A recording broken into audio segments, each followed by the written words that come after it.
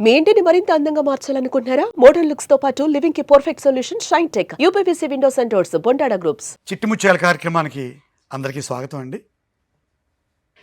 అటువంటి వాళ్ళు 10 మంది నాతో ఉంటే సంవత్సరంలో స్వాతంత్రం తీసుకొస్తానన్నాడు మహాత్మా గాంధీ. అటువంటి వాడు ఎవరు? మహాత్మా గాంధీకి అంత నమ్మకం అతని మీద ఎందుకుంది? ఆ విషయం చెప్తాను. అతను ఎవరంటే నెల్లూరుకు సంబంధించిన స్వాతంత్రోద్యమకారుడు పొట్టి శ్రీరాములు. తల ఎత్తి జీవించు తమ్ముడా, తెలుగు నేలలో మొలకెత్తినానని, కనుక నిలువెత్తుగా ఎదిగినానని. ఆంధ్ర రాష్ట్ర అవతరణకి అసువులు బాసిన పొట్టి శ్రీరాములు అటువంటి దేశభక్తుడు, అటువంటి స్వాతంత్రోద్యమకారుడు ఒక్కడు నా దగ్గర ఉంటే, 10 మంది నా దగ్గర ఉంటే సంవత్సరంలో స్వాతంత్రం తెచ్చేస్తా అన్నాడు మహాత్మా గాంధీ. పొట్టి శ్రీరాములు గారు 19వ సంవత్సరంలో పుట్టారు. ఆయనకి 25 సంవత్సరాల లోపే ఓ కొడుకు పుట్టి, పెళ్ళయ్యి కొడుకు పుట్టి, భార్య కొడుకు కూడా చచ్చిపోయారు. అతను ఉన్నత విద్యను అభ్యసించిన మనిషి. బ్రిటిష్ రైల్వేలో పనిచేసేవాడు. 250 రూపాయల జీతం ఆ రోజుల్లోనే. ఈ భార్య కొడుకు చనిపోయిన తర్వాత అతనికి ఒక విరక్తి వచ్చి ఉద్యోగం మానేసి సబర్మతి ఆశ్రమానికి వెళ్ళి గాంధీ గారి సేవకి అంకితం అయిపోయాడు. స్వాతంత్రోద్యమంలో, క్విట్ ఇండియా ఉద్యమంలో, ఉప్పు సత్యాగ్రహంలో అన్నింటిలో పార్టిసిపేట్ చేసేవాడు. గాంధీ గారికి నచ్చిన ఒక అద్భుతమైన విషయం ఆయనకి బాగా ఇష్టం. అదేంటంటే దళితుల్ని, హరిజనులు అనేవారు అప్పట్లో, వాళ్ళని దేవాలయాల్లో ప్రవేశపెట్టడం. నెల్లూరు నగరంలో, నెల్లూరు పట్టణంలో మండు టెండలో కాళ్ళకి చెప్పులు లేకుండా కాళ్ళు కాలిపోతూ మెళ్ళలో బోర్డులు వేసుకుని ఆ నగరంలో ఉన్న దళితుల్ని మూలాపేటలో ఉన్న వేణుగోపాల స్వామి గుడిలోకి తీసుకెళ్లేదాకా విశ్రమించలేదు ఆయన.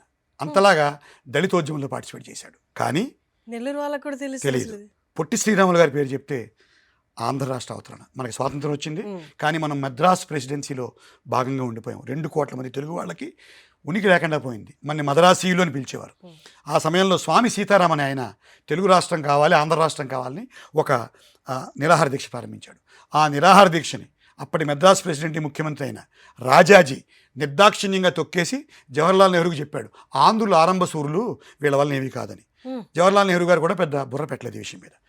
చాలా కోపానికి గురయ్యి ఆగ్రహావేశాలతో ఊగిపోయిన పొట్టి శ్రీరాములు గుడివాడలో ట్రైన్ ఎక్కి, అప్పుడు గుడివాడలో ట్రైన్ ఎక్కి మెడ్రాసులో దిగి బులుసు సాంబమూర్తి గారు అనే ఒక దేశభక్తుడి ఇంట్లో ఆమరణ నిరాహార దీక్ష ప్రారంభించాడు.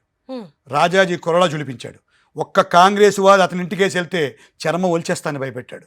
జవహర్లాల్ నెహ్రూ కూడా ఆంధ్రుల ఆరంభ సూర్యులు ఇవేం నిలబడవు, మీరేం వరి అవ్వక్కర్లేదు, అది ఉద్యమమే కాదని నమ్మబలికాడు. 35 రోజులు అయిపోయింది, ఒక్కడు కూడా రావట్లేదు. ఆయన దగ్గర గుడివాడ నుంచి ఆయనతో పాటు వచ్చిన ఎర్నేని సాధు సుబ్రహ్మణ్యం గారనే ఒక్క దేశభక్తుడు మాత్రమే ఆయనకి సాయంగా ఉన్నాడు. తిండి లేదు, 35 రోజులు అయిపోయింది. విపరీతమైన నొప్పులకు గురవుతున్నాడు, అరుస్తున్నాడు, పెద్ద పెద్ద పెడబొబ్బలు, కేకలు, నొప్పులు, ఒళ్ళంతా. అసలు ఏమవుతుందో తెలియని పరిస్థితికి వచ్చేసాడు ఆయన పొట్టి శ్రీరాములు గారు. కానీ మొండితనం వదలలేదు. నేను చచ్చిపోయినా సరే దీక్ష మానంటాడు. ఆయన స్నేహితుడైన ఒక రాజుగారు ఆయుర్వేద డాక్టరు, అయ్యా మానేయండి అని చెప్పాడు, వినలేదు.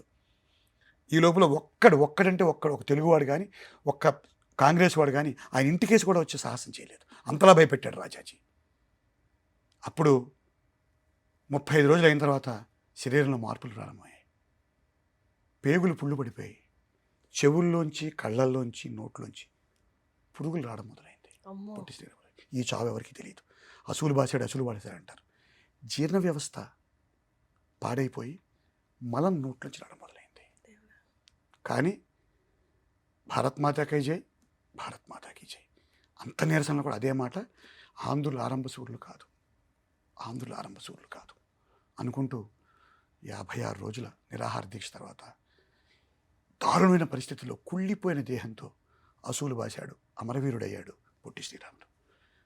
ఇంకా దురదృష్టం ఏంటంటే తెలుగువాడి దైన్యస్థితి ఒక్కడు కూడా శవాన్ని చూడడానికి రాలేదు. ఈ సాధు సుబ్రహ్మణ్యం గారికి ఏం చేయాలో అర్థం కాలేదు. ఇంత నిరర్ధకమైన జాత, ఇంత వెన్నులేని జాత, ఇంత భయమా రాజాజీ గారంటే? ఆయన ఏం చేయాలో అర్థం కాలేదు. గుడివాడ గాయకుడైన ఘంటసాల గారి ఇంటికి వెళ్ళాడు. అయ్యా, గుడివాడలో ట్రైన్ ఎక్కిన మన పొట్టి శ్రీరాములు గారు దారుణంగా చచ్చిపోయాడు రాష్ట్రం కోసం, ప్రత్యేక రాష్ట్రం కోసం, తెలుగువాడి కోసం. 10 రూపాయలు దానం ఇప్పించండి, అడుక్కుంటున్నాను, బెచ్చం ఎత్తుకుంటున్నాను, ఆయనకి అంత్యక్రియలు చేయిస్తాను అని అడుక్కున్నాడు. ఘంటసాల గారికి చాలా కోపం వచ్చింది. వెంటనే ఆయన ఆ శవాన్ని చూడడానికి వచ్చాడు ధైర్యంగా. వస్తే ఆ వాతావరణం చూసి వాంతి చేసుకున్నాడు ఘంటసాల గారు. ఇట్ట కాదని చెప్పి ఆయన్ని శుభ్రం చేసి శరీరాన్ని ఒక ఎడ్ల బండి మాట్లాడాడు ఘంటసాల అమరగాయకుడు. ఆ బండిలో వేసుకుని అన్ని వీధుల గుండా తీసుకెళ్తూ ఆయన గొప్పతనం గురించి అసూగా కవిత్వం రాసి మద్రాసు నగరం పిక్కటిల్లేలాగా పెద్ద పెద్దగా పాటలు పాడుకుంటూ ఆయన యొక్క శవయాత్ర చేశాడు. కొన్ని కళాశాలలు దాడుతున్న తెలుగు పిల్లలు రావడం మొదలుపెట్టారు. 10,000 మంది పోగొడ్డారు. 10,000 మంది పోగొడి ఆయన ఆ రోజు రాత్రి అక్కడ శవదానం చేశారు. చేసిన వెంటనే 10 రోజుల పాటు మద్రాసు నగరం 15వ తారీఖు జరిగింది. 19వ తారీఖు 4 రోజుల పాటు మద్రాసు నగరం మంటల్లో గెలిపోయింది. మంటలు మద్రాసు నుంచి విశాఖపట్నం దాకా ఈ గొడవలు పాకాయి. రైళ్లు రోకోలు అన్ని హత్తాళ్ళు అన్నీ జరిగాయి. అన్ని దహనాలు, షాపులు, లూటీలు అన్నీ జరిగిపోయాయి. అప్పుడు కానీ నెహ్రూ గారికి తెలియలేదు. రాజాజీని మందలించి ప్రత్యేక రాష్ట్ర సాధనకి ఒక బిల్లు పాస్ చేశారు. సో తెలుగు భాష పేరు ప్రయుక్త రాష్ట్ర విభజన అంటారు దీన్ని. Linguistic state. భాష పేరు మీద భాష ప్రాతిపదికగా ఏర్పడిన మొట్టమొదటి రాష్ట్రం ఆంధ్ర రాష్ట్రం. కర్నూలు రాజధానిగా ఏర్పడింది. దానికి ఆద్యుడైన దారుణమైన మరణం తీసుకుని భారత్ మాతాకి జై అంటూ ఆంధ్రులు ఆరంభ సూర్యులు కాదు, ఏ పనైనా ఆంధ్రులు చివరిదాకా చేస్తారు, ఏ జాతికి మా జాతి తీసిపోదు అని చెప్పిన మహనీయుడు పొట్టి శ్రీరాములు. వారికి మనందరం వారి పాదాలకి ప్రణమిల్లి దండాలు పెట్టాలి. సరిపోవు. తల ఎత్తి జీవించు తమ్ముడా, తెలుగు నేలలో మొలకెత్తినానని, కనుక నిలువెత్తుగా ఎదిగినానని, తల వంచి కైమోడ్చు తమ్ముడా, తెలుగు తల్లి నిన్ను కని పెంచినాదని, కనుక తులలేని జన్మంబు నీదని అనేది సిరివెన్నెల సీతారామశాస్త్రి గారు తెలుగువాడిని తల ఎత్తుకు జీవించమని చెప్పాడు. ఇలా తెలుగువాడు తల ఎత్తుకు జీవించమని చెప్పిన వాళ్ళల్లో దేశ భాషలందు తెలుగు లెస్స అని చెప్పిన కృష్ణదేవరాయలు ప్రముఖుడైతే, తెలుగు జాతి పేరు మీద రాష్ట్రాన్ని క్రియేట్ చేయించగలిగి తృణప్రాయంగా ప్రాణాలు వదిలిన పొట్టి శ్రీరాములు కూడా అగ్రగణ్యుడే. అందుకే ఆయన సేవలకి ఫలితంగా గుర్తింపుగా నెల్లూరు జిల్లాని శ్రీ పొట్టి శ్రీరాములు జిల్లాగా నామకరణం చేయడం జరిగిందమ్మా. నాకు గర్వంగా ఉంది సార్ నెల్లూరులో. మీరు నెల్లూరు వారు కదా. Thank you very much. Thank you sir.